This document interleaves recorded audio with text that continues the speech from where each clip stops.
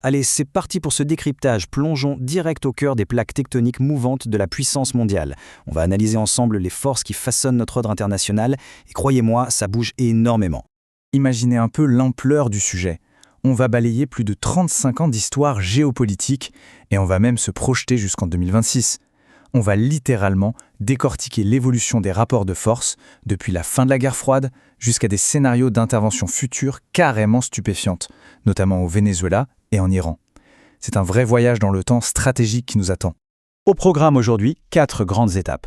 1. Le passage d'un monde unipolaire à multipolaire. 2. L'hyperpuissance américaine contestée. 3. Les nouvelles formes de conflits. Et on terminera avec les crises actuelles et futures. Bref, on va comprendre pourquoi le monde d'aujourd'hui semble aussi imprévisible. Première étape donc, d'un monde unipolaire à multipolaire. On se place juste après la fin de la guerre froide. Ce face-à-face historique entre les États-Unis et l'URSS qui a duré de 1947 à 1991. Après 1991, l'Union soviétique s'effondre. Et là, il ne reste plus qu'un seul acteur majeur sur la scène, ce qu'on appelle une hyperpuissance.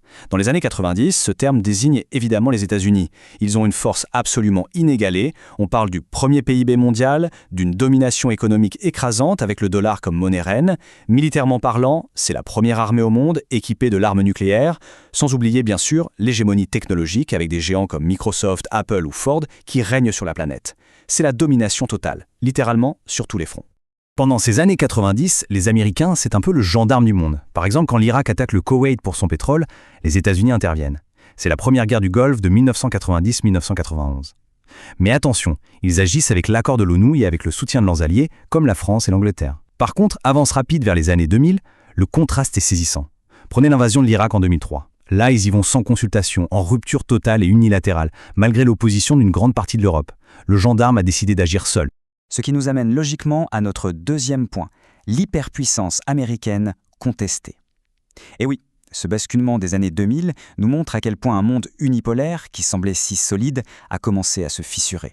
Et cette fissure, c'est exactement ce qui donne naissance à un monde multipolaire.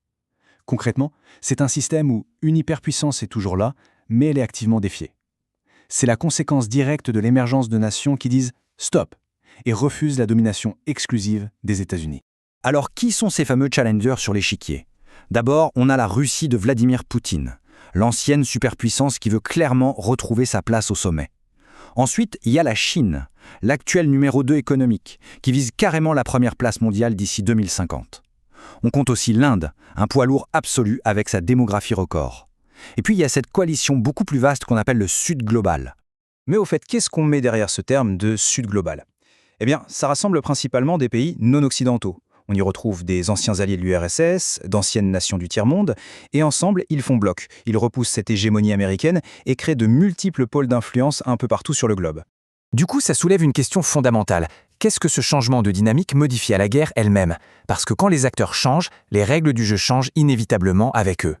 Ce qui nous fait aborder la troisième partie, les nouvelles formes de conflit.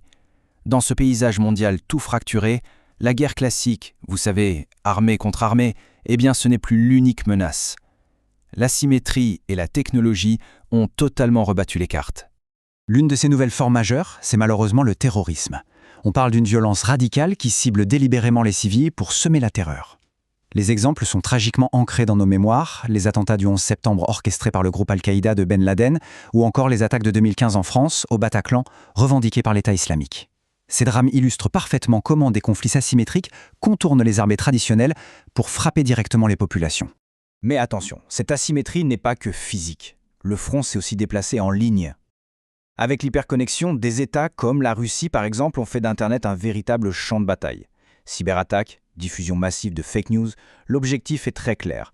Tromper, manipuler l'opinion publique et fragiliser les nations rivales de l'intérieur. C'est littéralement une guerre de l'information. Voyons maintenant comment tout cela se traduit sur le terrain dans notre quatrième et dernière partie, les crises actuelles et futures. Ces nouvelles tactiques viennent s'imbriquer dans des crises régionales qui menacent l'équilibre mondial au quotidien. On assiste carrément à un retour des conflits de haute intensité. Prenez la Russie qui attaque l'Ukraine en 2022, perçue comme un ancien allié s'étant tourné vers l'Occident. On se croirait presque revenu à la guerre froide. Et le plus glaçant, c'est la résurgence des crimes de guerre contre les civils. Les sources rappellent les implosions meurtrières en ex-Yougoslavie dans les années 90, avec ces génocides terribles entre nations orthodoxes et musulmanes. Plus près de nous, la reprise du conflit à Gaza après octobre 2023 montre cette même tragique continuité des violences indiscriminées. Si on regarde la carte, le Moyen-Orient reste sans doute la zone de fracture la plus persistante. Première guerre du Golfe au début des années 90, la seconde en 2003, jusqu'au récent regain du conflit israélo-palestinien, une situation inextricable de revendications territoriales. Et cette instabilité ne s'arrête pas là, elle nous mène tout droit vers des projections de crise future majeures. Et pour bien comprendre l'ampleur du danger, gardez ce chiffre en tête. 9. Exactement 9 pays détiennent aujourd'hui des armes nucléaires. C'est un détail qui change absolument tout. À la moindre étincelle diplomatique, les enjeux deviennent instantanément colossaux.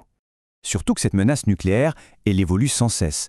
D'un côté, on a une puissance comme la Russie qui agite la menace de l'utiliser. De l'autre, des États qui ont forcé la porte du club, comme la Corée du Nord en 2006. Et aujourd'hui, tous les regards sont tournés vers l'Iran, dont la quête active de l'arme nucléaire crée un point de tension mondial absolument brûlant. C'est justement dans ces contextes hyper volatiles que notre analyse révèle une projection stupéfiante pour l'année 2026.